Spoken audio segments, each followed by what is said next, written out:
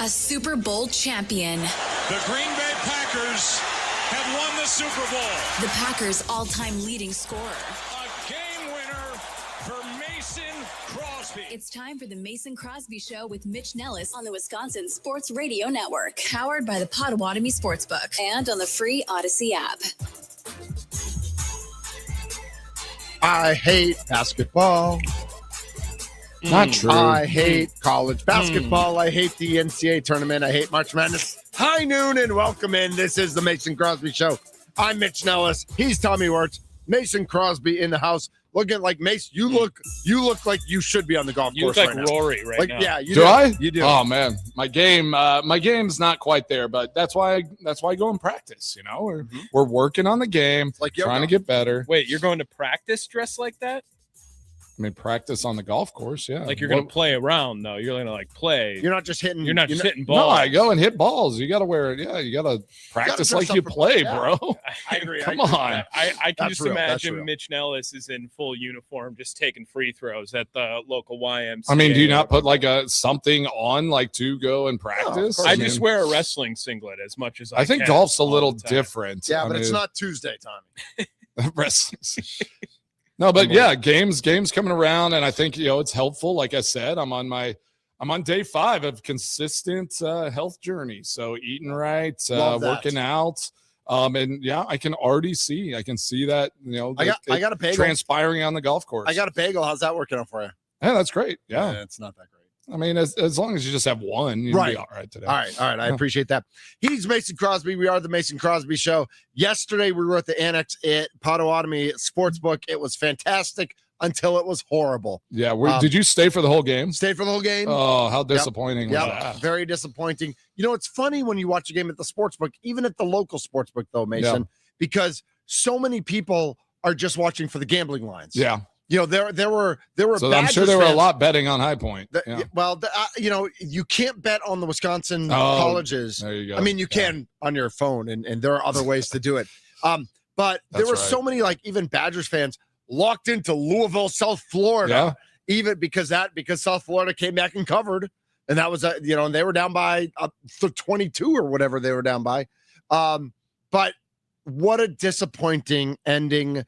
What a lack of defensive effort. What a lack of moving the ball on offense. As good as Nick Boyd is, and he's awesome, and I will trust the ball in his hands for sure. But it just didn't. But it got bland, and it got like it was just predictable. Well, and the awareness was just going like, waste some clock, slow down. Yeah, they are firing on all cylinders on High Point size. They played right into High Point's strategy. Yeah, it's just like they played their game instead of like dictating how High Point should play against Wisconsin. And I feel like the first 14 minutes of the second half, the Badgers did that. Like they controlled it. But then once High Point sped it up, the Badgers got caught up in that because the Badgers are used to playing that way. Right. And in the Big Ten, they are better than most other teams at speeding things up. Yeah. But when you run it up against High Point, and I don't know if that's coaching. I'm guessing part of it was Greg Gard told his guys that, but you just get caught up in the moment. And Nick Boyd was so on fire in the second half. He just wanted to keep going. But you had some of the big It's hard when you're guys, just running through teams and they're letting you go and you're scoring, and it just becomes a back and forth shootout. I think there was like 5 or 6 possessions between the two teams in a row where it was just literally like a sieve. There was no defense. Yeah. Just court, like end to end, making baskets. Boyd to the hoop, dude to the hoop. Boyd to the hoop, dude to the hoop. Like, And it was like, so that. And then all of a sudden you get so accommodating to that, like so used to that. And then Nick Boyd, all of a sudden they dropped 3 guys under the hoop and he like on that last play, right? Like his last find two the pass. His last two, like the second to find last something. one. Like the drive is fine, but let's find something like an option there. They brought 3 defenders to you and it was clogged up. Like find something else. That shot, you just can't take that shot in that situation and have it blocked there. Well, that shot and the possession before where he kind of tried to reverse it, but he was under the hoop. And so he hit the bottom of the hoop. Like there's gotta be a better dish out or something as you realize you don't have that angle. Like there's only one Michael Jordan who can go up this way and come all the way up this way. Or the Johnson on the High Points team, that first 2-pointer of the season, is to win the game, basically. The game, this is loser talk. I'm full aware this is loser talk. But today is loser talk. The game was over after this moment. Cleared off by Johnston.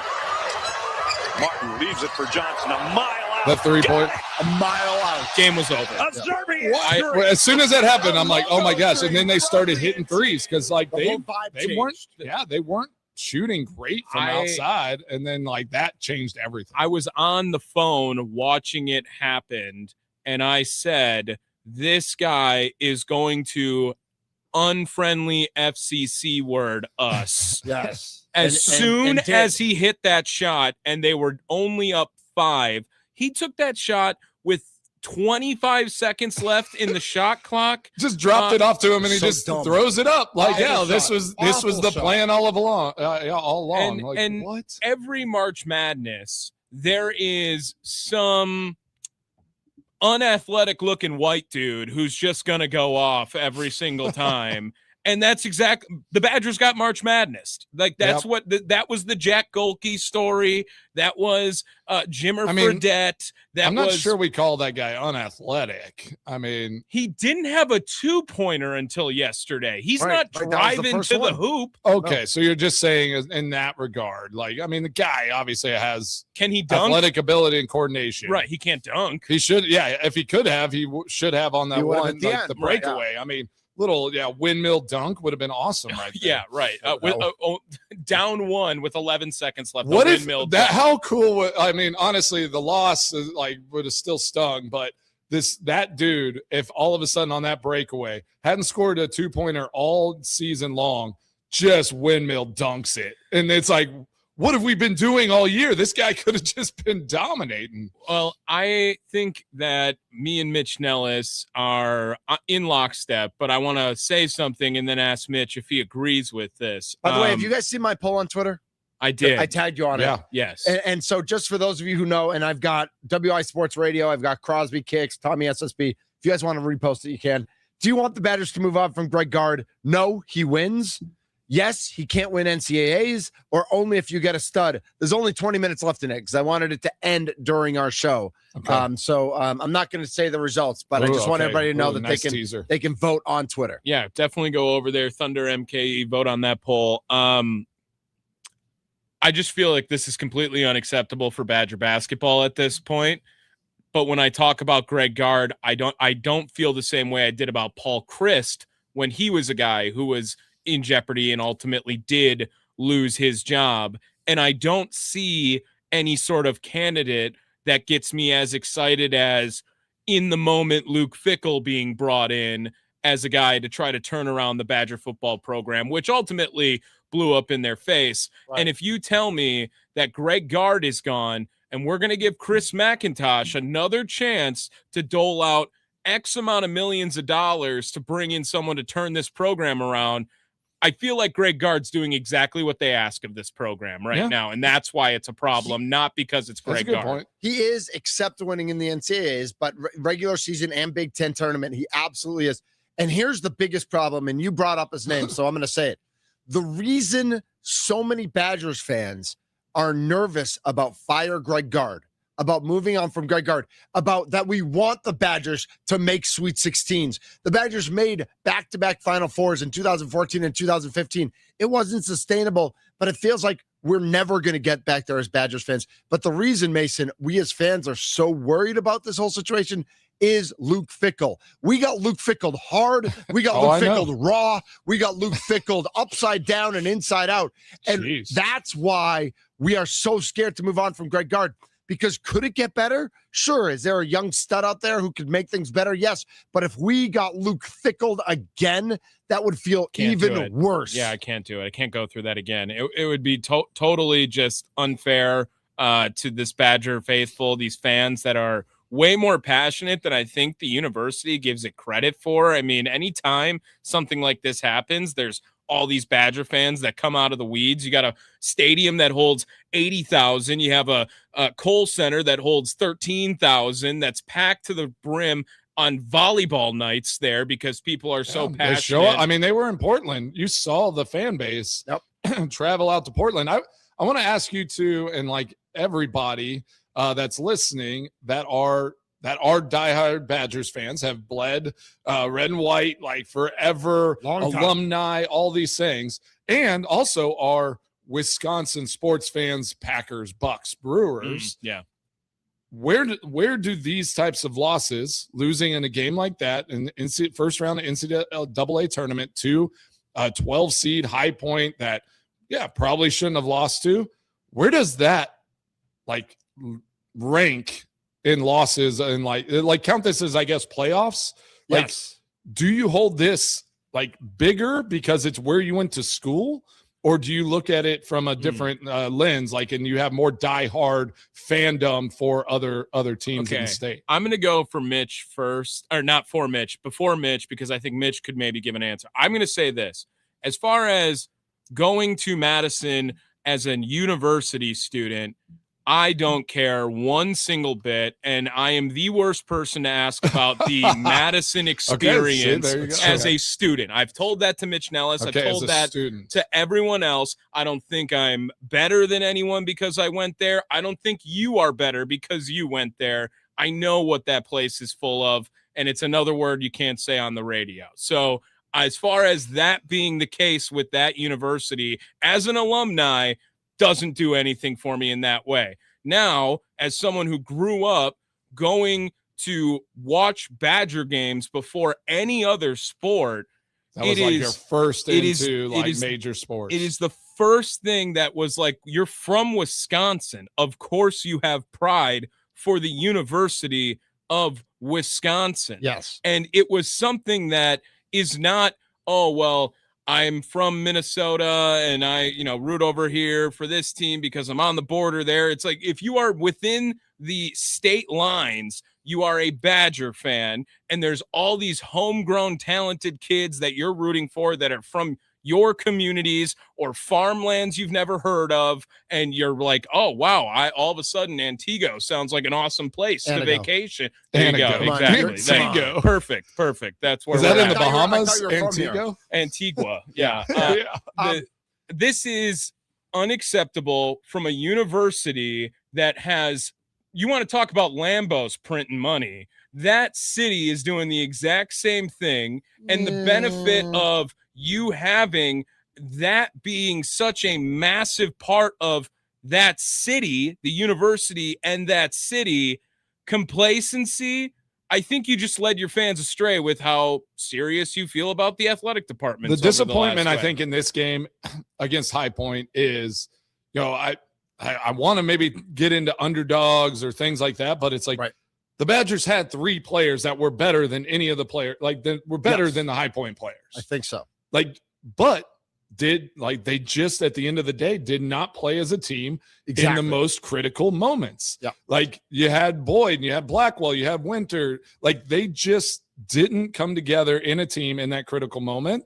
And is that on Greg Gard? Like, I don't know. I'm going to I want to hear Mitch's point, and then I'm going to talk kind of about my perspective from going to the University of Colorado and what college sports mean to me versus the NFL and playing in Green Bay and being a professional sports fan. So I think part of that is acknowledging that the Packers rule in Wisconsin, and that and that we all bleed Badgers red if you went to Wisconsin or you grew up as a fan and didn't go to Marquette, because we know the Marquette fan's a little bit different.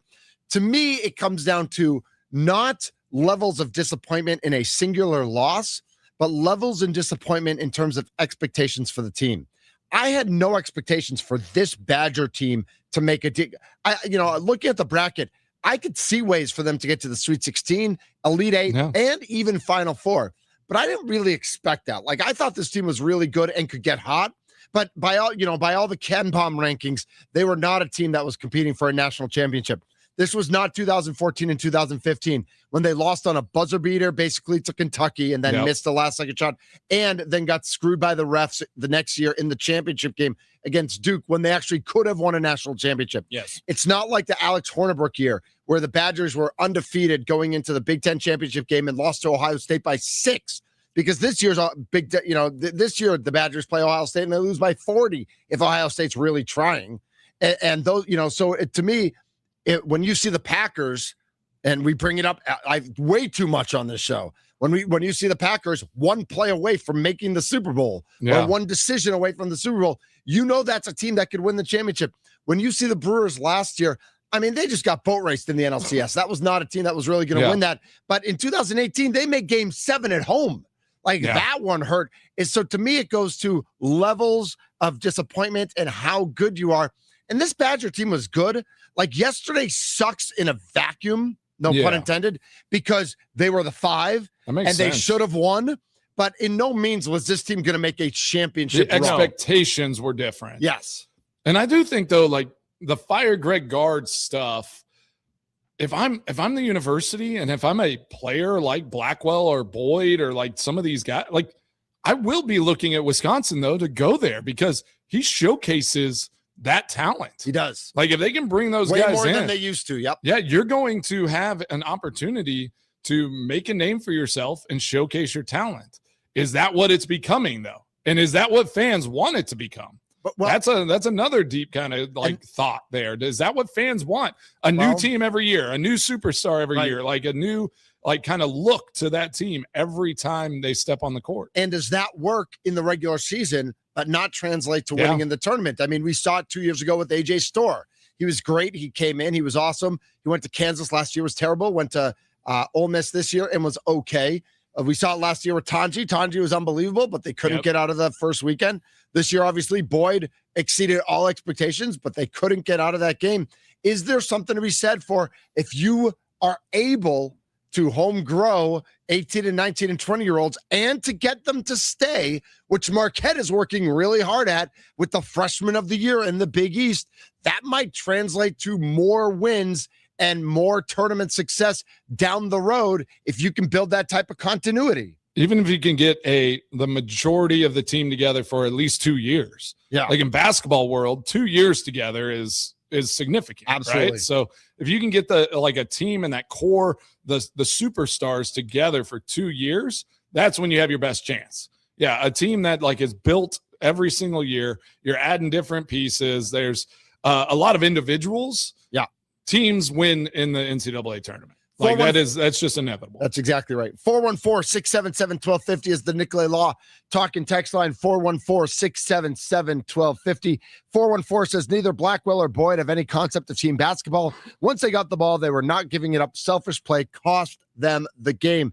Jim is in Bayview. Jim, you're first up on the Mason Crosby Show. All right. Well, I like all the comments you guys are making. I really agree with you guys. And as far as one part of this whole thing, I've always believed, if you're going to fire somebody, you better have a better replacement already lined up. That's right. And, I'm so excited. I have the worst good, bad idea coming up after Jim. Gosh. I'm so excited. Okay. The next thing is me and all my Badger friends, we think that Gard is a really okay regular season coach. But when you go back to all these NCAA games where they lose, it just looks like his team at the end of the game, they lose because I believe Gard is getting out-coached. Look, at the last play. You're not wrong. At the last play, we're down by 1. We bring in the ball with 25 seconds to go, and one guy is just out there dribbling around and killing time.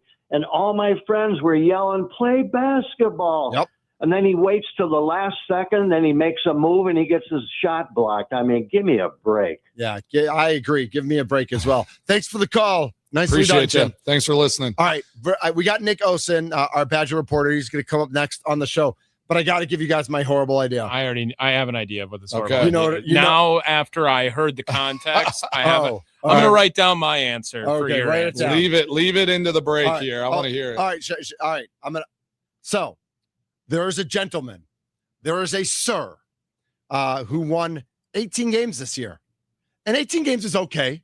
Like, that's good. That's not great, but it's good. Oh my God, I hate this idea. But he only won I know who it 4 is now. games last year. No. He improved by 14 games. Doug Gottlieb to Madison. Stop it. Let's start it now. Let's go. Doug Gottlieb to Madison.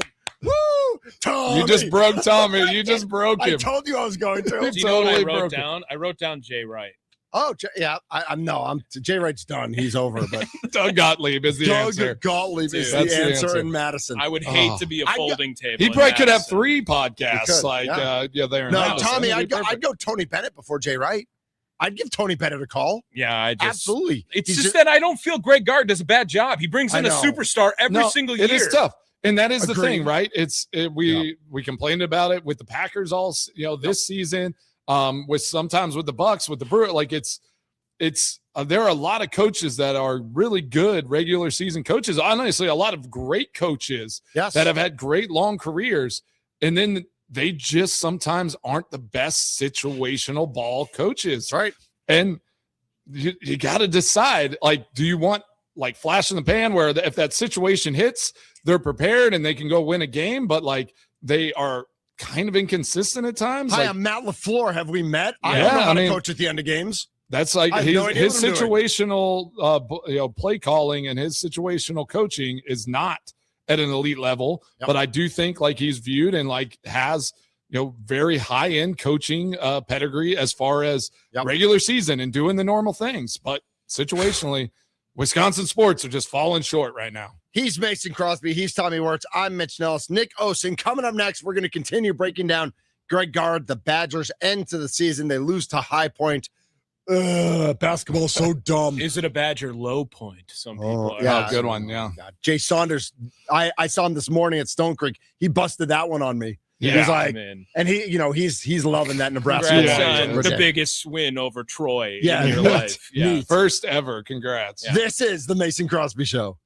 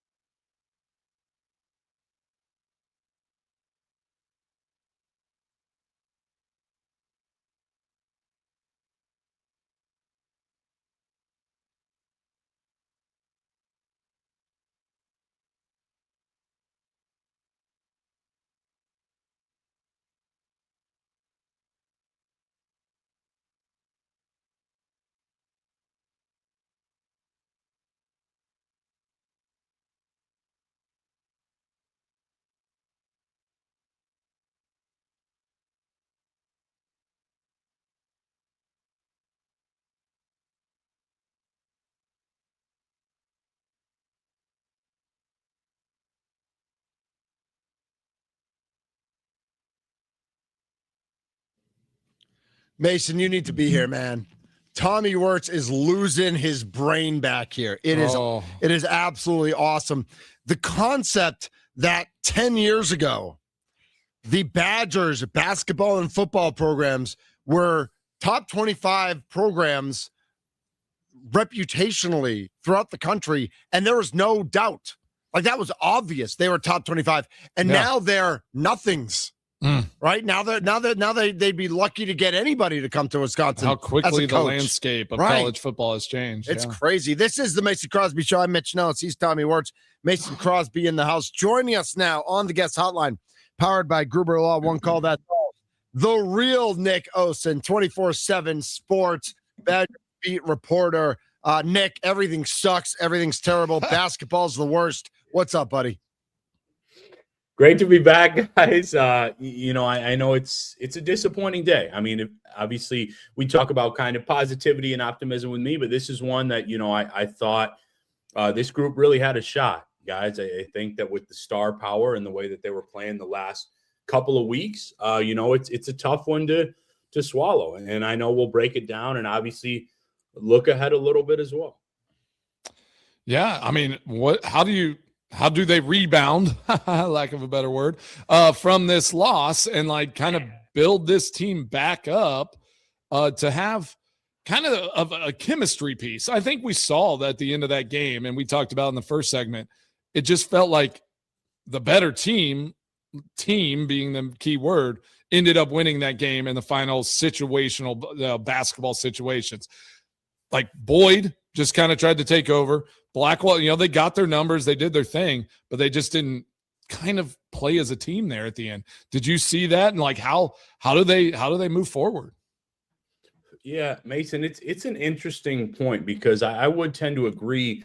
I think Wisconsin obviously has the higher ceiling if you compared the two teams, but there was some execution and kind of not camaraderie, but kind of cohesiveness that you saw from High Point that maybe was demonstrated a little bit more from the Panthers late. I have a hard time kind of looking at that like big picture, because I think if you watch this Wisconsin group just last week in Chicago, they were playing like that.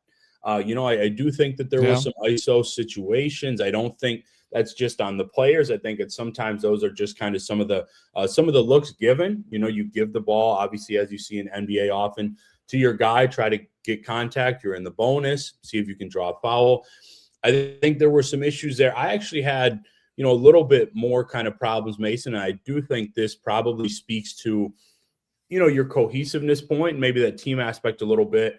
I thought the offense was fine, guys. I thought the defensive lapses, especially in the last 6 to 7 minutes, were really tough to swallow. I mean, not just a lot of people jump to the roadie play, but it's not just on him. There's got to be more communication. Make sure somebody's back there. There were clear cut, obviously, back cuts that hurt them when they were trying to fully pull away, guys, when they were up 8 to 10. I've got more of an issue with that. And so I do think, Mason, that speaks to some of the. That's when you smash a team is playing good defense whenever you get that lead, right?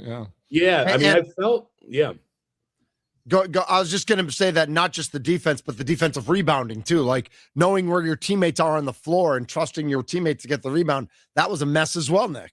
Yeah. And I'd say, I think in the second half, Mitch, it was a little bit better at stretches, but I agree early on. I mean, frankly, it's what kept them in the game, because when it was 15-5, and then there was another point, it was something like, 34-26 or 33-25, they were just on the cusp, and they had the ball, and Boyd was getting the crowd into it. I was right there by that Badgers crowd. It felt like they were on the precipice.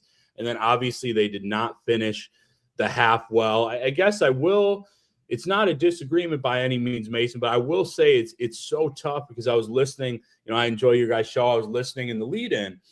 And I do think, especially guys, when you get into dollars and cents a little bit, and I'm sure that'll be asked about the portal, you guys know I think very highly of Greg Gard. I do want to give him and the staff credit, because there aren't many programs that would have kept some of these stars the last few years, Mason, working with what they do have NIL-wise. Totally agree. It's nothing or anything like that, but Nick Boyd, John Blackwell, there was more money out there. Obviously, Boyd was a 1 year, but he had higher offers at Washington. I think UNC was a little bit more. Blackwell teams were trying to get him during the season. So I do want to give credit there, but you're exactly right. I think if this team just had even one more kind of defensive stopper, like similar to another Carrington when he was at his best, you wouldn't just be talking about yesterday. I think you're talking about a team that's playing next week.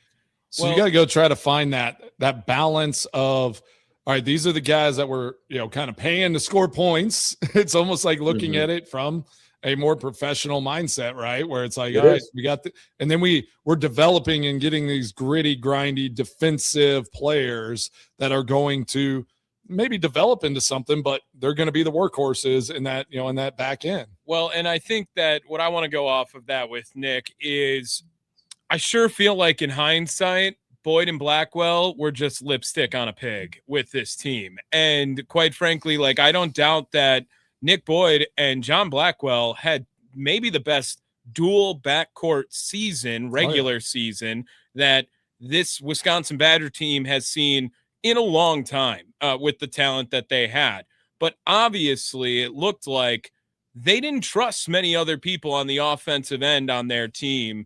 And you saw that when Nick Boyd takes his shot to the rack and gets blocked right at the end of it. And when the games are getting closed out, they were trying to get John Blackwell the ball more than they were Nick Boyd if they were taking a three at the end of this game. It's sure, I love what Greg Gard has done, bringing in extremely talented players in Nick Boyd and John Tanji and AJ Storr in back-to-back-to-back years now. But does he have a problem with that allocation? And was this team really maybe just not as good as we thought they were?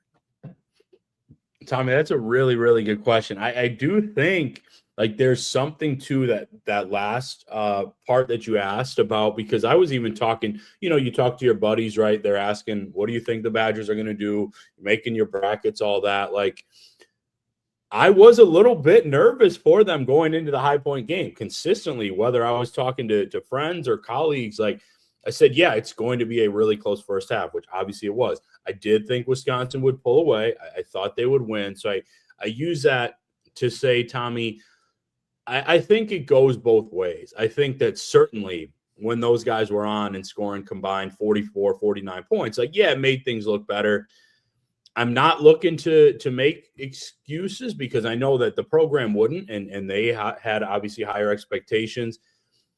It would have just been nice because obviously I'm fortunate to, have relationships, and I was covering last year's portal, and like, obviously that last guy they added was Elijah Gray, who doesn't even stick on the team. And I'm not sure what he would have been, but essentially I wish that there was another guy that you could have just trusted on both ends, or maybe like Winter. Obviously, if he was healthy, he battled his tail off yesterday, especially defensively, but I think you could see wasn't fully 100%. So it's a good question, Tommy. I guess I would just kind of answer also with, I'm not sure what else you really could have done in terms of the roster, because, yeah, if you've got a chance to bring in a star point guard off of your star guard in Blackwell and a future NBA guy in Winter, like, you're probably going to take that chance. Yeah. No, that's a good point. Yeah, I think this team, again, with, all the do all these things, like, this team just, they just fell short situationally in that game, right? Mm-hmm. And had they won against High Point, had they gone and played Arkansas and then say you got steamrolled in Arkansas, like, how do we feel about that, right? Like, it's one of those where watching that game yesterday, this team just might not have gone as far as I think we hoped and thought maybe with Blackwell and Boyd and Winters that they could, right? It was just a little short. And so now it's a mindset. I do think at this moment it'd be a little ridiculous to get rid of a Greg Gard, a guy that can bring and keep guys around because they know he's going to showcase them, right? And they are going to have an opportunity. Tell me if you think this is kind of the case. And what's tough is you bring in Boyd, you have Blackwell, you have guys that are desirable, like other teams want them. As a Greg Gard, do you hold them accountable in the same level as some of the other players? Is there a balance? Is that has to start being a tough situation in college sports where, all right, this guy's sticking around, he's getting paid.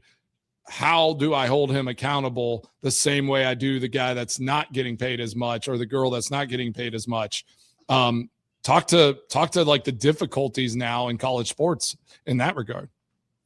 Man, that's a great question, Mason. At least in this kind of conversation, I'm very fortunate to have gotten to know Gard over the years. And, he's somebody that's going to do what is best for the team and focus on the moment, if that makes sense. I don't think he's worried in either sense, like, hey, if I'm too hard on, I'll just throw a random player, AJ Storr, like a couple years ago, if I'm too hard on him, what is he going to think of me after the season? That's not how Gard operates. Like he's very, mellow. He's got some really good relationships, but when he needs to get on you, like he will, like any good coach will. And in terms of this year's backcourt with Boyd and JB, there were multiple times. I think it was like December. He said, yeah, I had those guys up to my office and basically told them that I needed more out of them in terms of leadership and consistency and setting the tone.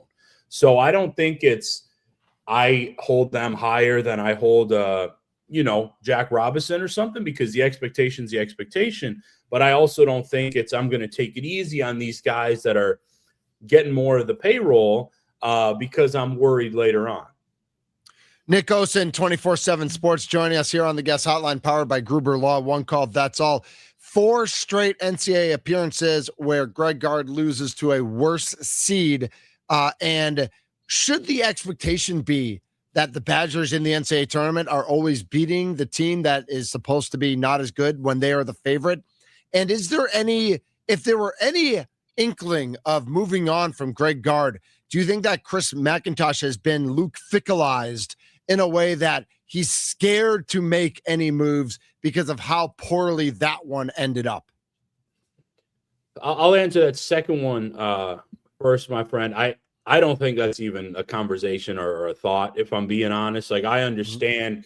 And like I said, I mean, my thoughts on Greg Gard are well established. I think that he is consistently a top 20, 25 coach. I know they just got to get over the hump. I understand that. But I don't think that's anything being discussed. And frankly, I think it'd be a little crazy, Thunder, when I know how little they have to work with at times and what he still gets out of them.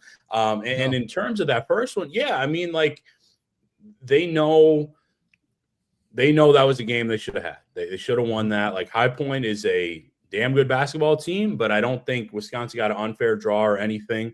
It's just a team that, I think Wisconsin delivered that first punch, but High Point kept punching back, which those kind of smaller schools, you see more now they actually do, but you don't always see that.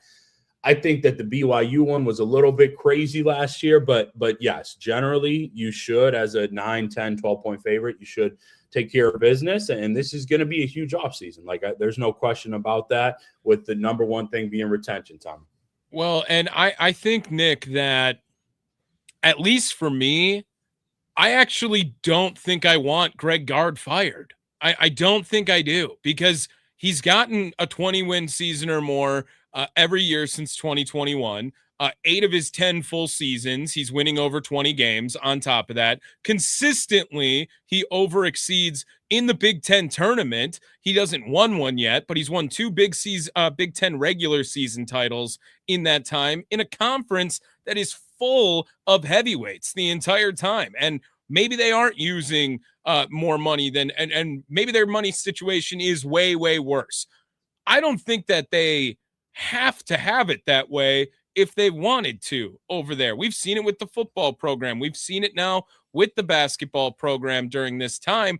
And quite frankly, I don't think there's a better option out there than what Greg Gard has done for what Bo Ryan built, that he then learned from him, and he can be this guy. They're not going to go out and get a guy to move from a different place, that like a Dusty May or a Calipari moving on from there either. So if Greg Gard is the guy, why is this retooling never fully? It gets to this point every year where you buy in and then you're let down. Why is the letdown coming every year? It's a good question, Tommy. Like, I don't mean to, I like the expression earlier, just like put lipstick on the pig with my answers. Like, I really don't. I mean, I do think the staff gets a tough rap at times, especially compared to a lot of staffs out there. But I get your question. It's kind of like, there's the momentum building. And then if it were a consistent thing, guys, I would probably have more of a concrete answer. Obviously I've followed for 20 plus years, but just the 3 seasons on the beat, Tommy, I think 2024, look, there's no question that the chemistry got a little wonky within the team around February. There are rumors, I can't, fully speak to them, but like AJ Storr, people were mentioning him, shopping him around a little bit. And James Madison they were underseeded. That was not a 12. Okay. Last year, man, that was a damn good basketball team on both sides. Wisconsin, that team had a ton of chemistry, and they just ran into a buzzsaw at the wrong time, I guess, in BYU, and they still could have won that game. And then, Tommy, this year, like, I also think it'd be different if these guys were just getting trounced, I mean, I think last year that was a 1 or 2 point loss. This year, obviously, just 1 point. So not looking to make excuses, and I don't think the program would either. I think it's just a kind of an accumulation of different things. And I think that next year you're looking like, I know football got obviously a lot more money in the portal. I expect Wisconsin basketball to get some more. I haven't heard figures and things like that, but I think it'd only be fair, at least for the retention pieces. And then if you're able to bring back Blackwell, I expect Winter back, Janicki, Austin Rapp told me he's coming back. Some of these guys, obviously with some of the younger big men that you have, like, you've got a real shot. I think what people also lose, guys, real quick in the guard discussion is, culture still matters. It does. I mean, if you look at the teams that you brought that up that are consistently getting far, I'm thinking, I don't like some of these programs, but the fan of me, but I'm thinking Duke, I'm thinking UConn, Dusty May at Michigan is a culture guy, Iowa State, Tom Izzo at Sparty, like Purdue, they have consistency. Do they use the portal? Yeah, but they're still trying to retain a bunch. I think Dusty May probably the lone exception within there. So that still matters, and Gard is phenomenal at that. I think he's a really good leader of men. I think the guys were ready. They got off to multiple double-digit leads. So I don't know. It's not just on the players, but it's not just on the staff either in my eyes. Yeah, my last comment is just the unique beast of what, like, coming to Wisconsin and playing in Wisconsin sports, right? From the Packers, but like all Wisconsin sports, bringing people in. But let's just look at Badgers. So I played at the University of Colorado, and I remember guys coming in on recruiting trips, and if they came in at the wrong time and it was just like, it was a little cold, you're trying to recruit somebody from a certain area and tell them to come play ball in Colorado, they're just like, absolutely not. I'm not coming there. And so sometimes you can't even get players. So you have to have the right guy. So I totally agree. You get rid of Greg Gard, like, you have to have the right type of coach to, like, bring the types of players that are willing to come and take a chance and come to Wisconsin, take a chance, like go to Colorado, where it might not be where they're from or their culture or like what they feel comfortable with. That coach helps them to feel comfortable. And I do think Greg Gard is one of those types of guys that can bring anyone in from any culture, any place, any climate, if it's different, and say, we're doing this together, stick with me for a season and we'll get this thing done.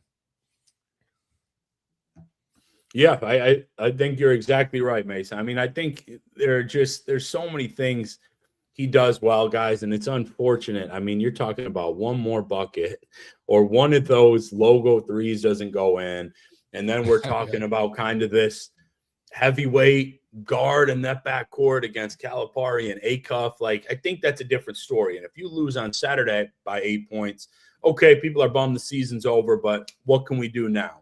So it's interesting. I don't mean to demean it, and I don't think I have, because I think the tournament does matter. And I think it was a heck of a game, and they were very, very close. It's going to be interesting, but yeah, just for the record, I mean, to me, Gard is absolutely the guy. I think they can hopefully get a little more help funding, maybe not have to do so much of the canvassing and fundraising on their own, because I know that staff has to do a lot of that, and see what happens. Nick Osen, 24/7 Sports, our Badger beat reporter right here on the Mason Crosby Show. Nick, thank you so much for jumping on today, and wish it was more fun and we had good things to talk about, but a lot of important things we got to today. So thanks so much for jumping on. Yeah, guys, this was an awesome segment. I'm glad I could do video. Thank you so much. Thanks, absolutely. Thank Appreciate you. That's Nick Osen. This is the Mason Crosby Show.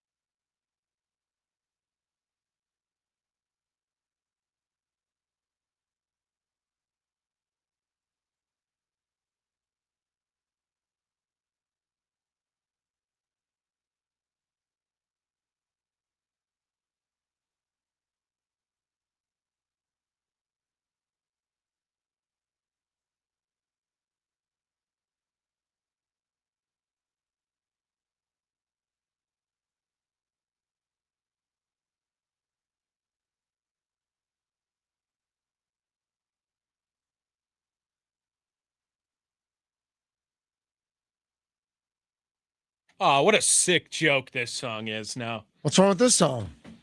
Final countdown Who cares? of Badger Of what? Suckitude? coaching 10 What? years at Are you saying Greg Gard's leaving? No, he's not. You just said that. You want to dive into this comment on our Nikolay Lawfan talking text line? What do we got? Well, no, just I think this is a good comment. Carrie from Tosa. Oh yes, giving a shout out to the Lady Badgers, Frozen Four hockey that play today as they pursue their next national championship. Yeah, I mean they're the GOAT at women's hockey. So there's great things there at the Wisconsin Badgers in the sports world. So we're okay today. Volleyball team does well, but I wonder if you really dug deep into volleyball, because they won and then they haven't won the past 3 years. Like, are they disappointing?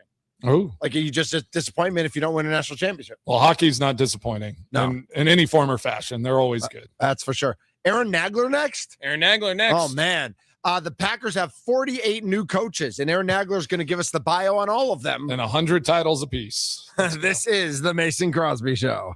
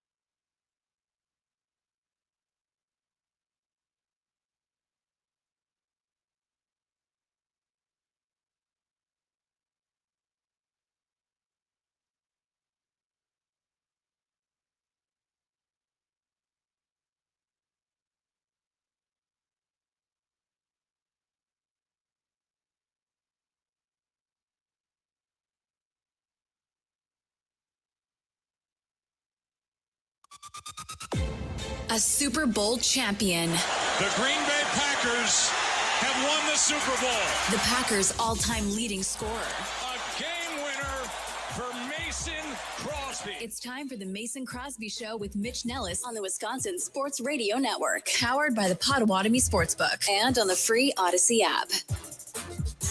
Dude, Mason Crosby thinks he is the funniest kicker of all time. It's Friday, guys. It's Friday. You're the funniest producer of all time. Oh, so man, this guys. is the garbage I need to work with every day. Oh, I just came up the stairs, man. It's tough. Yeah. How are show. your calves? No show more humble.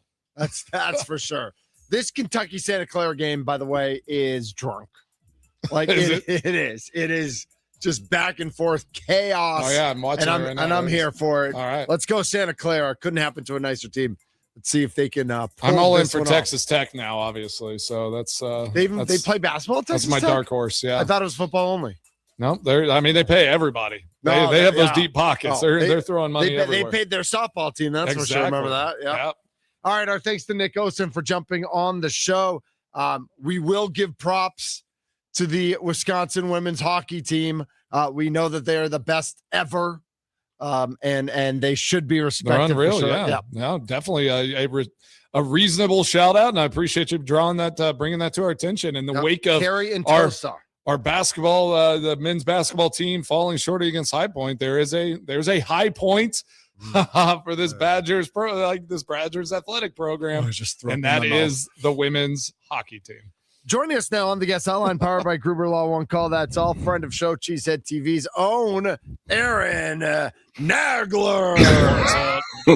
Gentlemen, I don't know how you go to work every day with that intro. Mason Crosby, the most incredible human ever in the history of man. And you guys have to come in like some schlubs. Like, yeah, and we're here too. Like, we're just hanging out. Like, seriously, I wish, like, I always tell my wife, I'm like, hey, can you intro me into right, wherever I go. Whatever door I walk through, I want that playing. I have offered Mr. Crosby just to to walk be your around and be personal Mitch. valet and walk around with you, introducing you into every room you walk into. So Outstanding. far, my efforts have been rebuffed, but I will not stop when that is an open offer. For I like all to time. I like to try to sneak into spaces sometimes, Mitch. I remember what you did at the Potawatomi Sportsbook when I was sitting there having a nice thing. You know, it just started drawing all the attention around. So. Oh my God, is that Mason Crosby? Is that Mason Crosby over there? Oh my gosh. There is a scenario where Mitch is the angel on the left shoulder of Sure. Mason, and I am the devil on the right doubt. side. I think in a way, Duality It's of man more right just- there. You need it. It's the inner Absolutely. voices, I think, just Yeah, going sure. on. Yeah. Yep. How we doing, Aaron? We're doing well. How are you guys doing? You know, I'm not so involved in the whole March Madness thing. Like, I fill out a bracket, but as long as there's basketball on in the afternoon, I can have a few beers, I'm fine. I'm not really invested in it, but it feels like the state of Wisconsin is really going through it after yesterday. Yeah, they are. That's how it feels. I That's like how your it feels. mindset. Yeah, I mean, how nice is it? You can literally put up a 4 Quad multi-view box, baby. screen of all these games rolling for the next we're at 1:00. It's going to be for the next 9 hours. Deep So into the this is night. perfect. Yes. I went to see a friend's band play last night here in New York, and then I came back home and there were still games on. Like, that's pretty sweet. You got to love that. You're coming home at It's like pretty awesome. midnight and there's still basketball on your television. Pretty great. Well, hey, we're going to shift gears a little bit because if not, we're all just going to kind of go into a spiral of depression. Yeah, don't with need that. we don't want everybody feeling so sad all day. No. But let's talk about this Packers team and the official coaching staff being established. Some of the roles, anything you didn't know was going to be the case or surprised about, but what do you think of this staff that's been built by Coach LaFleur? The fact that there are 27 of them is just incredible to me. What? I mean, even back, like, you think about Holmgren's staff, I think they had like 12 dudes, 13 guys, something like that. Lombardi's staff had like 6 guys or something along those lines. And now we've got 27 guys on staff, which I guess you got to coach for every 3 players. I mean, pretty much. I mean, it's just crazy. Speaking of your Ballywick, they got 3 special teams coaches. I mean, I know that you guys, you specialists, you need a lot of attention, but 3, Yeah. I don't know, man. I guess hopefully that means Mason, we you won't would have any. crushed if there were 3 guys when you were there, you would have taken one and like he would have been your valet. Yeah, well, there would have been we would have had some there would have been a structural like balancing realignment. Like, all right, yes, exactly. Like where does this how do we interact in this space and like how what works out here? Because that feels like too many guys in one. It feels like a lot of dudes. Yeah, I will say the one thing that did jump out to me when it got released yesterday, and you asked about like most of this stuff we've got reporting on, right? So most of these names we've heard throughout the course of the last couple of months, etc.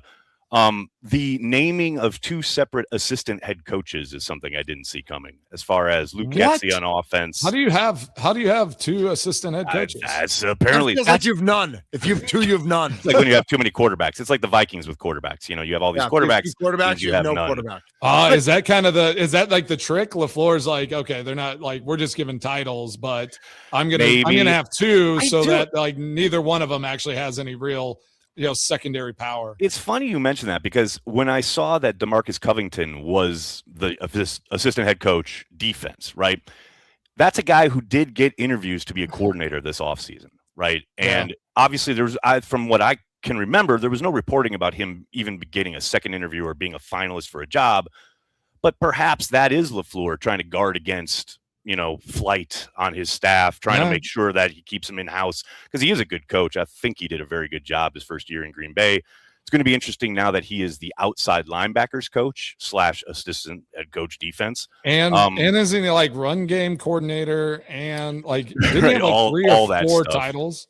The run game coordinator is there as well, which is very interesting, especially you got to remember too, with Gannon coming in as your defensive coordinator, it's an entirely different system. So how they're going to teach, what they're going to teach is obviously going to be a bit different than what they've done the last couple seasons.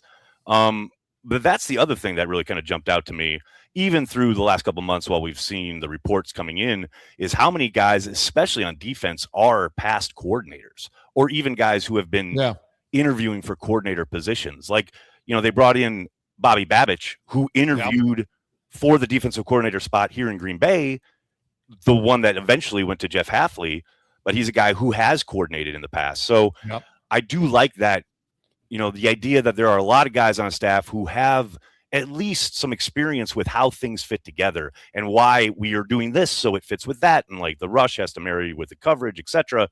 I just like that experience. I think that's a good thing. Right now on the defensive side of the ball, like how that staff was constructed, like you're saying with the former coordinators, and was it one of the linebackers coach or D-line coach that was coordinator at Virginia Tech that they just brought him from, right? So that defensive staff feels very elite as far as the type of coaches that are there. No question about it. And I will say there's a guy I do want to shout out is Vince Ogabasi, who was their assistant defensive line coach last year. He takes over that role this season. It's only a handful, like a couple weeks there in training camp that I get out to Green Bay and I watch every day as these guys are like kind of, going through their drills and what they're putting these guys through. Ogabasi seems like a guy who the guys respond to. Like he is very vocal, which is always fun if you're there and going through the drudgery of camp, but he really seems to have a good kind of finger on the pulse, so to speak. And look, that's an area where the Packers are going to need to squeeze every ounce of talent. You talk about, we're only a couple weeks into free agency, so obviously there's a long way to go as far as what the roster is going to end up looking like. But man, this defense needs to be able to get after it up front, and he's going to be a big component in getting that out of these guys. Let's go. Let's go. What do you think of the rumors I saw? And kind of Covington was a piece of that, of this defense going to that 3-4, going back to 3-4 defense. It's funny you say that because I've seen a lot of like content created around that kind of idea over the course of the last couple of days because of this release and the outside linebacker coach, etc. Man, Brian straight up told us this at the combine. He said there are going to be 3-4 aspects to this defense that we haven't seen in Green Bay for the last 2 years since Hafley's been in town and they went to a 4-3 front, right? But I do think with Gannon in particular, it's going to be really multiple, right? Yes, there are going to be early down looks or base looks that have 3-4 principles, but that doesn't even mean they'll have 3 down linemen, but they'll be working off of those principles. So I do think it's going to look quite different. the one thing I'm really curious to see is how they kind of employ all of the safeties on hand, but specifically Xavier McKinney. You think about how much damage he did as far as turning the ball over his first year in Green Bay. Last year, those kind of dried up. I know he dropped a few, but it sure looked like teams were staying away from him. I got to think with Gannon and the way he's utilized that position, both in Arizona and in Philadelphia, I think he's a real X factor. I think he's a guy who they could move all over the place, and he could really kind of do some damage down by the line of scrimmage in a way that we didn't see a whole lot of under Hafley. He used him there a bit, but I do think, like, this is a lofty comparison, but you think about what Charles Woodson did, going in and out and back and kind of going all over the formation. Exactly. He's got that ability. I'm not saying he's Charles Woodson, but he's got the ability to do a lot of different things and create havoc and headaches for the quarterback. I gotta throw this one out just because it made me chuckle. Nicolay Law fan talking text line 414 said, wanted to ask, is there a timeout coach or a clock management coach? They literally anyone who plays Madden. Literally anyone who plays Madden is better than LaFleur. I always get a good laugh because LaFleur, I think it was like 2 or 3 years ago, he had been on our show on Cheesehead TV, and I had given him grief about his clock management. And then the next week, he had messed something up clock management wise, and I didn't even ask about it, but he like preemptively mentioned it because he's like, no, I know I messed up there. And I'm like, Coach, I'm not even asking about it. But to be serious on the subject, it's obviously something that has been a recurring issue. I do think, Connor Lewis is a guy who they have on staff who's up in the box during the games, who's supposed to be in LaFleur's ear. I do wonder how much he actually gets listened to, considering some of the botches we've seen over the year. And the other, there's so many you gotta you only have who's on the party line and exactly, precisely. I do always kind of look back on that final game in Lambeau 2 years ago where you saw that shot of Bisaccia and LaFleur on the sideline trying to line up that kick for McManus, and then they left way too much time for the Bears to come back and win it, which they did. And I always think, like, okay, so now we've got 2 assistant head coaches. Which one of those guys is he going to? Was there so much on Bisaccia's plate that they needed to cut that role in half, the assistant head coach?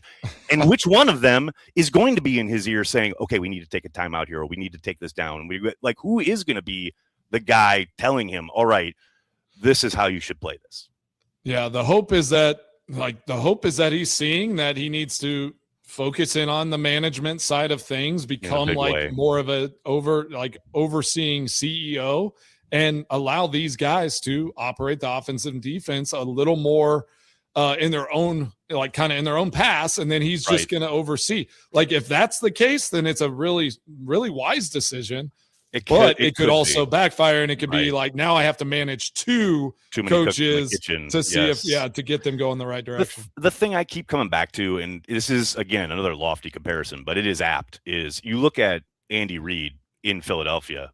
I mean, it was recurring as far as how many times in big moments, in big games, he would butcher clock management. I mean, he absolutely was roasted by the Philadelphia Eagle fan base and the media over and over and over again. And he's a guy who went on to win multiple Super Bowls, And again, I'm not saying that's going to be Matt LaFleur automatically, but it just shows you that, sometimes it can take a while for these guys to get a handle on it. Isn't that the funniest thing is the chaos of drawing of plays, trying to go win a ball game, right?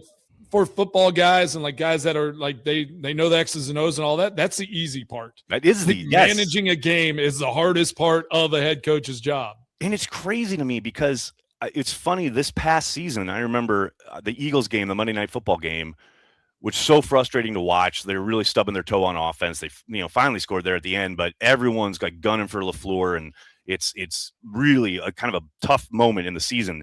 And I went to the game here in New York against the Giants that next week, and I remember it really striking me exactly what you're talking about as far as how many different things are going on each and every down, guys in and out positionally, just trying to get that worked out, right? Making sure you've got the right personnel on the field. I mean, Mason, you know better than anybody as far as the chaos of a sideline. We sitting here on the outside looking at it like it is Madden, right? Like I just press these buttons and guys get lined up and we're fine. Let's go. Come on. Why is this so hard? It's like when you have 53 humans that you're trying to like interject at the right spot and get there at the right time and manage that clock correctly. Man, there are a lot of balls in the air. Now he is paid handsomely to do exactly that. But that's his job. Yeah, exactly. That is the gig, right? But it isn't as easy, I think, as a lot of fans try to make it out to be. For sure. Aaron Nagler joining us here on the guest hotline powered by Gruber Law. One call, that's all. Is it? We have not heard from Jonathan Gannon, right? Not yet. Is that weird? Not in Green Bay. In every other NFL cop out. Other NFL city. Yes, it is. No, I made this joke, and Jason Wallers, who I consider a friend. He's the VP of communications there in Green Bay. Nope. I did kind of tease or lack thereof. Right? The I did kind of tease him. Thereof communication of suppressing communication. Right. Yes. I did kind of tease him when the Seattle Seahawks won the Super Bowl, lost their offensive coordinator to a head coaching position, hired a new offensive coordinator, and made him available to the media, all before the Packers made Jonathan Gannon available to the Green Bay press. What? And I get it. They're waiting for what happened yesterday, the release of the entire thing. They get all the guys, sign on the dotted line, etc. Now they'll most likely have the press availability for Gannon. We'll undoubtedly hear from LaFleur, but it's like we're all going to hear from LaFleur anyway at the owners' meetings. So yeah, is it weird? They never want to misstep and like backtrack. No, like, it's always just want it all kind of set in stone, and then it's like, and look, hey, as much as I can get frustrated by it, at least we don't have moments like the Ravens did. It's consistent. Maybe the instead Packers of flying, don't do stuff. Maybe instead of flying, Jonathan Gannon, he's taking the bus. He's just trying. He's still on the bus from Arizona. That makes sense. He's hitching from Arizona. He's cycling. Exactly. I just want fire in my gut, man. I just want fire in my gut. Ride the bus. Amazing. We're riding the bus. Absolutely amazing. Who's riding the bus? Aaron Nagler, Cheesehead TV, joining us here. Who's your dream prospect for the Packers? Oh man, in the draft, the one kid I've seen on tape so far that I love is the center from Kentucky. I think his last name is Morton. Nice. That kid can play, and as my friend Billy Schmid pointed out, you talk about a guy who played on a bad football team and still played at a high level consistently week in and week out against any type of competition. That's a Packer type of player there. $1 billion, right?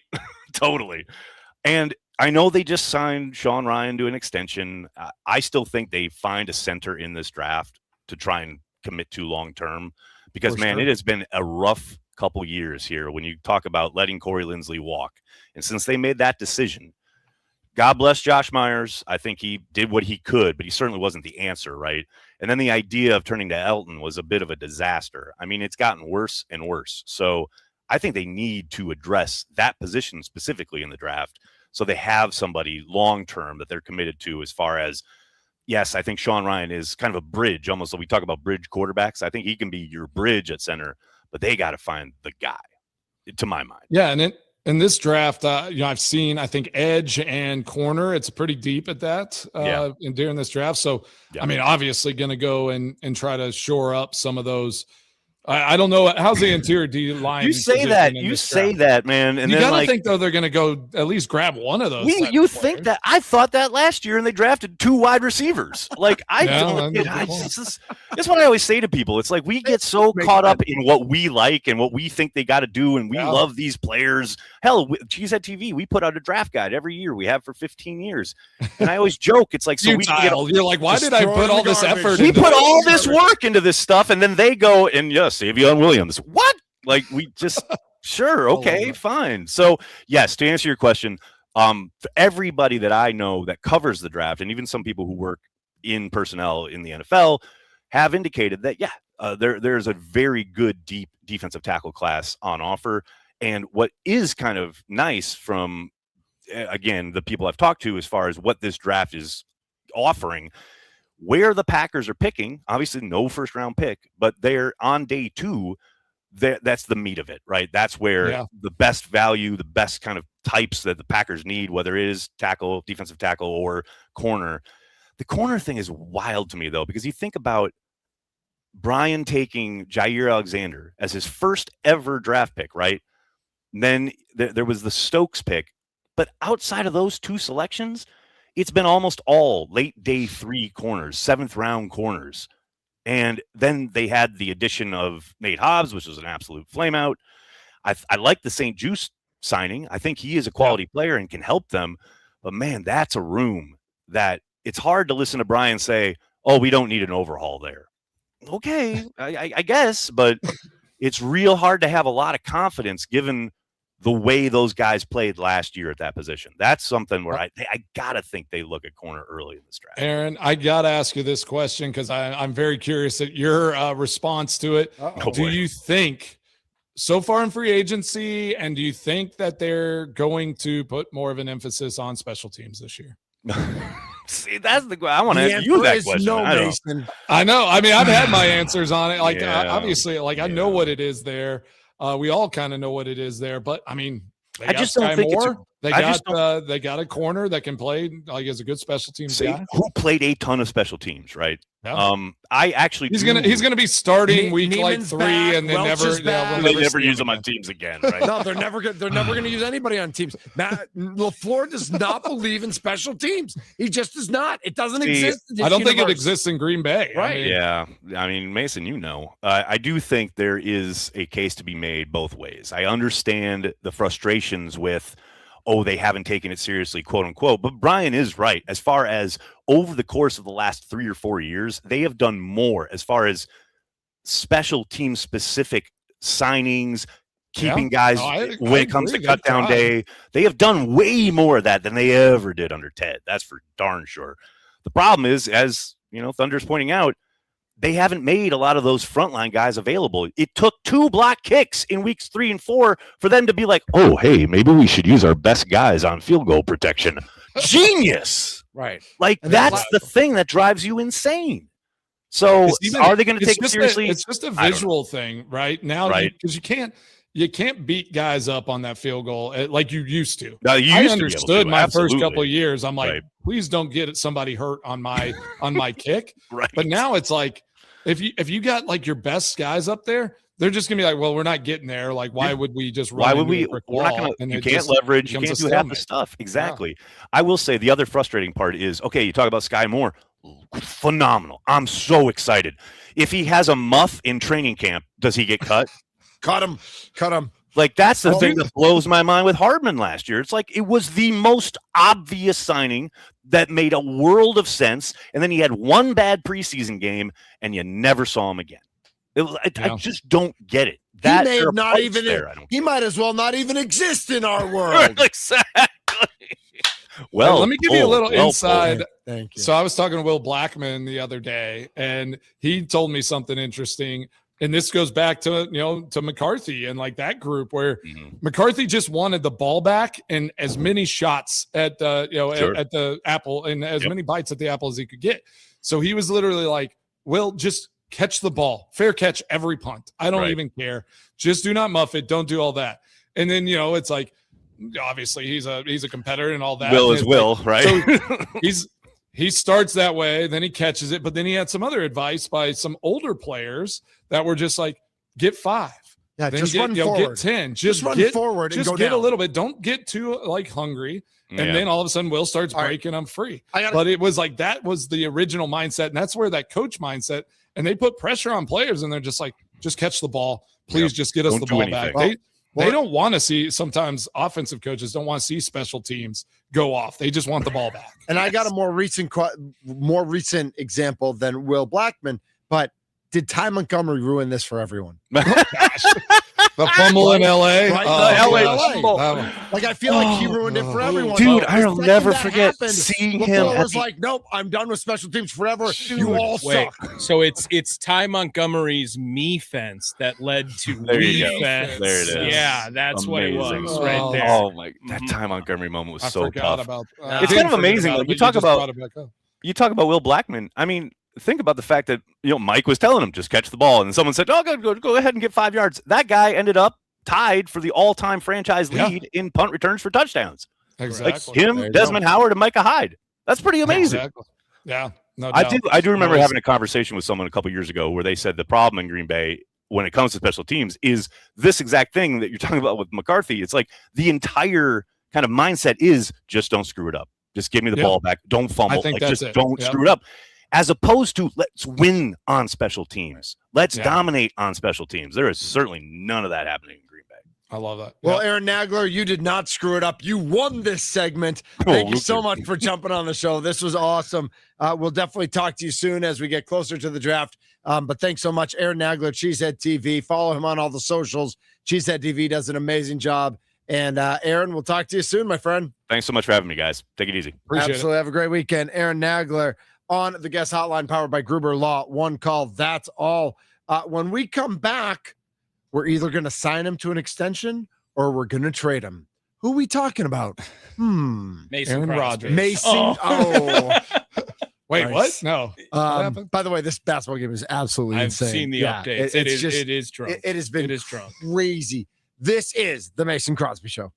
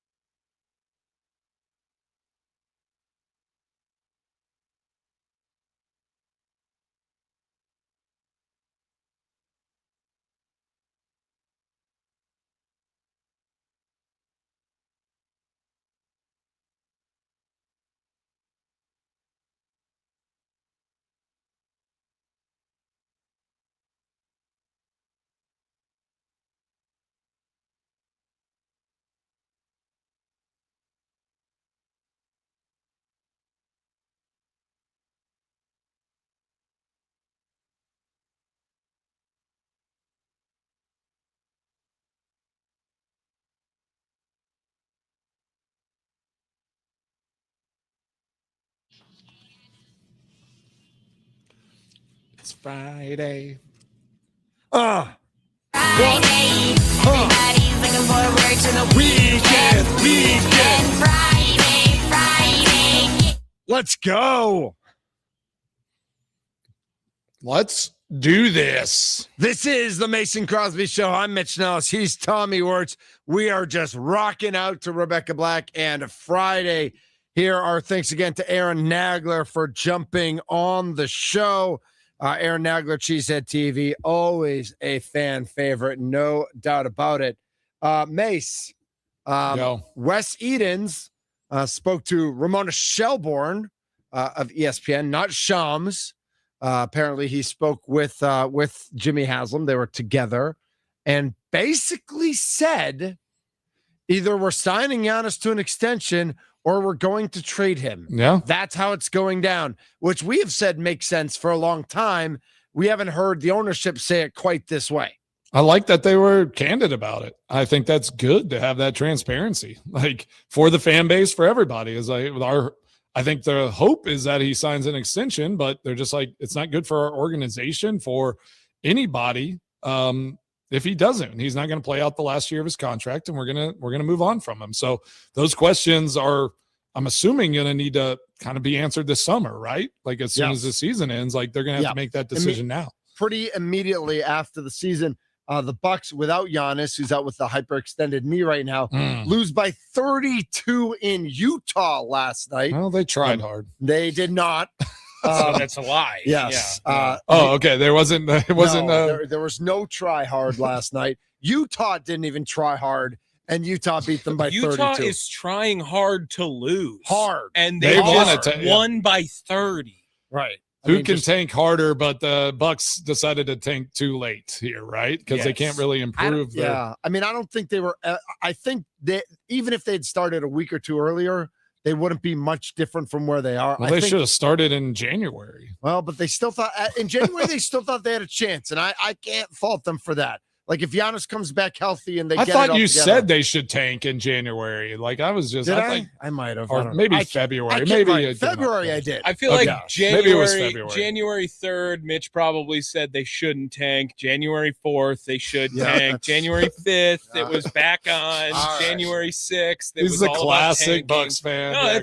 But that was based literally on whether they won or lost a game and what report we were getting on Giannis's health. Yeah, no doubt. Because every day was a different report about what's going on and what the expectations should be for this team. By the way, absolutely crazy game. Kentucky does survive Santa Clara.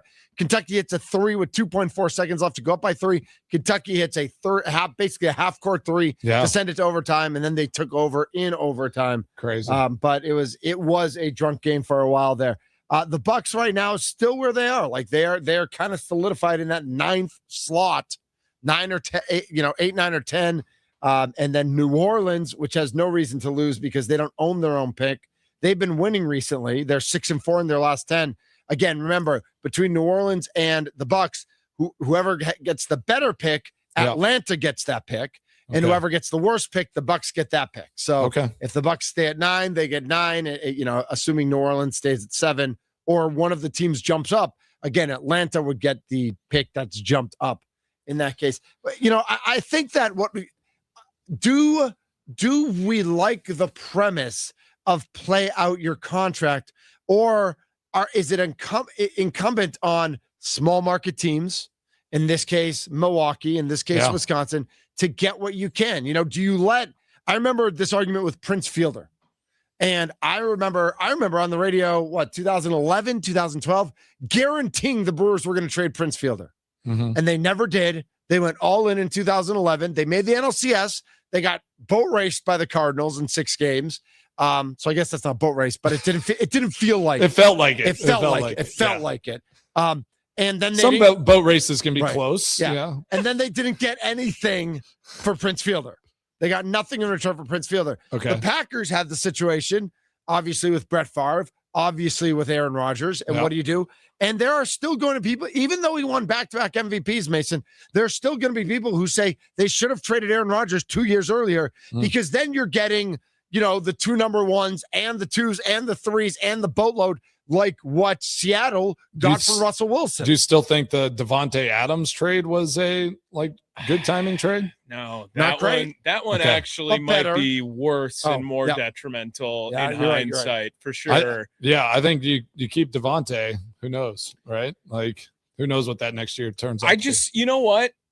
I want Giannis to say this. I don't want Wes Edens to say it, because I obviously already know that's what they're thinking, because that's all the reporting that's coming from this. But I want still Giannis think it's good. I want Giannis to be like, But if what's we're Giannis supposed to competitive, say? I'll stay. If we're not going to be competitive, trade me. I don't think he's willing to say that yet. I think he needs to have those meetings at the end of the season. Do you think then they they're going would to trade him? Do you think Then they'd they're be gonna trade him. wise to sit him the rest of the year? Yeah, they have to. They have to. There's 6.5 games as of yesterday. Are they now 7? No, it doesn't matter. It doesn't matter what they are. Well, It doesn't matter. They just can't 7.5 risk if you want the number. because he needs to be healthy if they are going to trade him. Like that's Right. part of the deal too. They're Like, you not can't risk making the him getting playoffs. Right. significantly They're hurt. not making the playoffs. They're not making the play-in. And there's no reason. Like, I get that you want to play, okay? But news flash, superstar.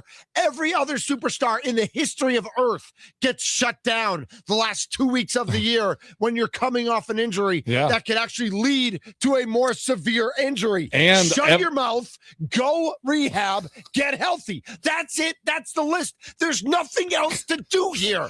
Just shut up and do what your bosses tell you to do. Do you know? Or somebody should be advising him in like his space and saying, dude, you're going to sign a $250 million deal, whether you're in Milwaukee or otherwise. Like, but you got to be healthy. Right. Don't like, blow out your Achilles. Don't do something dumb. Yeah. Do you know Thanasis scored more points than Miles Turner yesterday? That's good. Oh my God. Man, just why you got to hurt him? Why are you just trying to throw that smoke at him? So gross. In less minutes on top of it. Well, too. I mean, it's not like they know, like, does Thanasis stay if Giannis is traded, or is that all one part of a one Is he the net? I mean, what's happening? I love that Thanasis is thrown into all these Giannis trades. Yes. Like, take your crappy brother with you. Thanasis never doesn't play with energy, though. He's always out there playing. Yeah, hard. That's true. The game doesn't matter when he goes out But even there. if he was out there, if the game mattered, he'd still play hard. He would just suck. Yeah. Because everybody's so much better. So he's than him. Jericho Sims, is what you're saying. Well, at he's a that poor point. man's Jericho Sims. He's not even Jericho Sims is Jericho Plays Sims. with energy, he just stinks Yeah. every time he goes out there. We want Giannis, just no Thanasis with him. And they're like, nope, no deal. No deal. But we'll give you everything. No deal. That's all I got. 414-677-1250.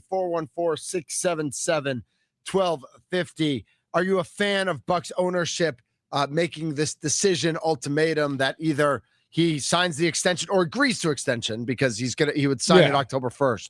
It's not like he's signing it in July, but what do you have to verbally agree? Do they need something? Like, do they need him to sign like a napkin that says like, I agree to sign I'm the sure extension? there's unfortunately it's a handshake deal, but Right. it's like, yeah, I mean, I don't know that I trust that either, Mace. And I trust Giannis and I trust his word, but maybe in some level I don't. yeah, but if they can't work, if they're not working out a trade, or they're not, like, that doesn't land, you got to feel like, okay, he's in. But here's the thing, and like what I got from what they said and all that as well is, and we got some comments that, like, and you said small market, and like I don't even think it's about small market. Right. I think it's literally about is Giannis going to be here for 4 years? Can we sell and do advertising? Can we lean on the fact that we're going to have a superstar like Giannis on this team, or we trade him and then we know our business plan for the next 2 or 3 years? Right. Like, for them, it's just business in the sense of we need to know what our next 3 to 4 years are going to look like to push forward. Because if you're in a stalemate for the next 2 years, like, nobody's buying that, right? Like, nobody's throwing money at the Bucks if they don't know if Giannis is going to be around or not. You can't be in the stalemate. And the other thing you need to look at, if you're the ownership group, is if he's going to be here for the next 3 to 4 years, but we're going to be a 500 franchise, does that move the needle? Like, yes, he's an international superstar, but ages 31 through 34 on a 500 basketball team, is he even moving the needle? Or should we trade him for draft picks and young players with the hope that things go well, knowing they might not go well, but at least you put yourself in the position that things could go well if you believe that there's no possible way things go well bringing Giannis back? which is a possibility. Yeah, it really is. I don't know. I just still think like a healthy Giannis, a content Giannis, like this thing going in the right direction. Yeah. I know for myself, and any kind of like limbo situations are just so Limbo's tough. the worst, right? Like, it's yes, just so tough. As we say in sales, Mason, you want the yes and you want the no. Yeah. Nobody wants the maybe. Yeah. The maybe is so tough. It is the worst. Let's go to Tommy in Bayview. Tommy, you are on the Mason Crosby Show.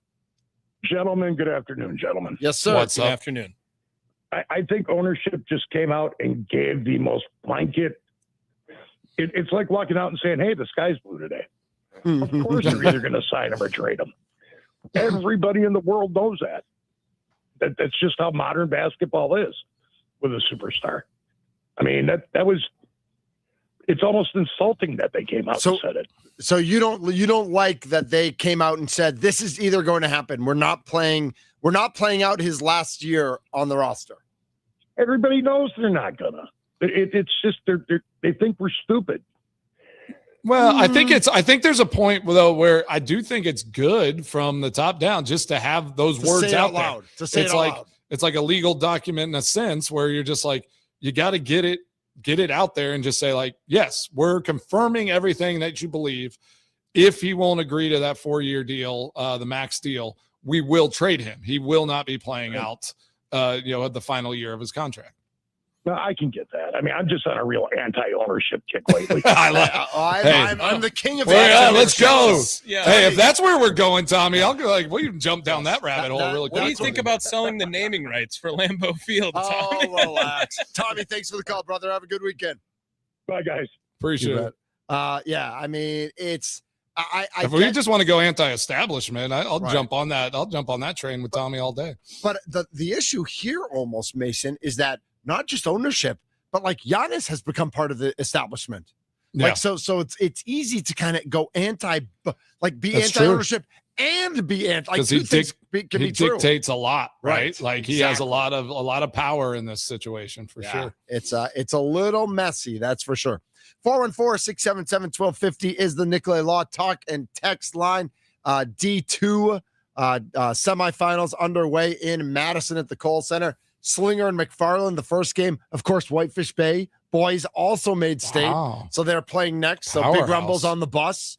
She is on her way to Madison as we speak for that game. And that should be a fun semifinal day there. So we got to give, and all the boys, there's some great basketball going on in Madison this weekend for sure. So exciting. Yeah. My Nolan got to get out of school. They gave excused absences for kids, guys to go watch the state semifinal game. Brentwood was in. They ended up losing. They lost, but I guess the team like Nolan was saying, the team they played was ridiculous and it's kind of beat everybody, but they said they played well. And that kind of stuff is so fun, right? Like it's so cool to go and be able to, just get crazy with your classmates and your friends and root on the basketball team. But Colorado women's playing at Vandy on Saturday night down here. They got no shot. I think I'm popping. Are you going? I think I'm going. Yeah, Man, I'm going to take the girls. That's a lot of black and gold on black and gold. I know, right? There, yeah, exactly.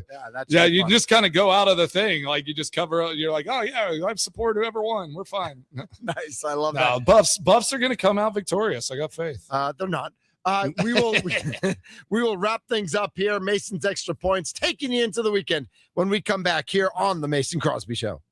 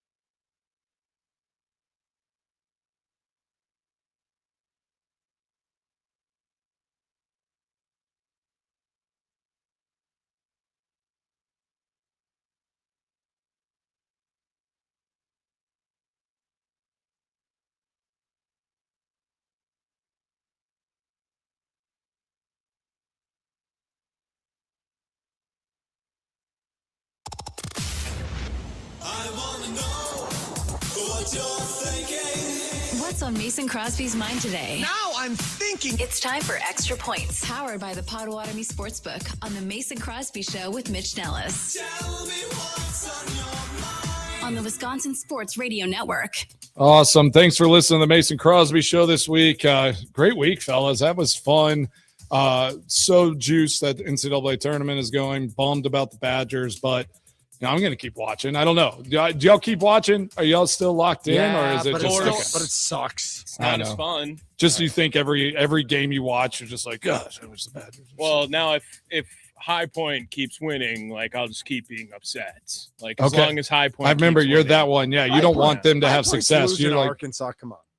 I like that. Did about you watch Tommy? the Arkansas game, Mitch? No, but I heard about the worst bad beat in the history of college basketball. Well, yeah, they did. They ended up covering 19 because they were talking a little smack at 18. 18 and a half was the line. They were up 17. They were up 17.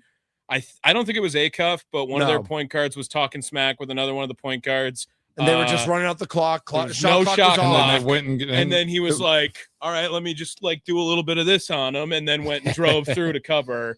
But that team was breaking souls, destroying the Badgers, I think. In Arkansas? hindsight. Yeah, Brazil is the like that big man is unreal for Arkansas. Yeah. He's a treat to watch. Did you see I think it was St. Mary's big guy?